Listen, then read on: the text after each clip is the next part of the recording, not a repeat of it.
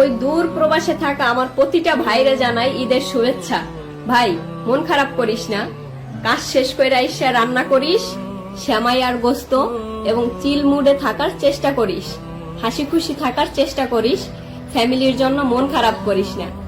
কারণ তোর ফ্যামিলি আলহামদুলিল্লাহ অনেক ভালো আছে, কারণ তাদের তো ঈদে পরিপূর্ণ বাজেট দেওয়া হয়েছে, তারা বিন্দুমাত্র মন খারাপ করবে না ভাই তোর জন্য। তুই ওই দূর প্রবাসে একা একা থাইকা মন খারাপ করিস না ভাই, রান্না করিস, খাওয়া দাওয়া করিস।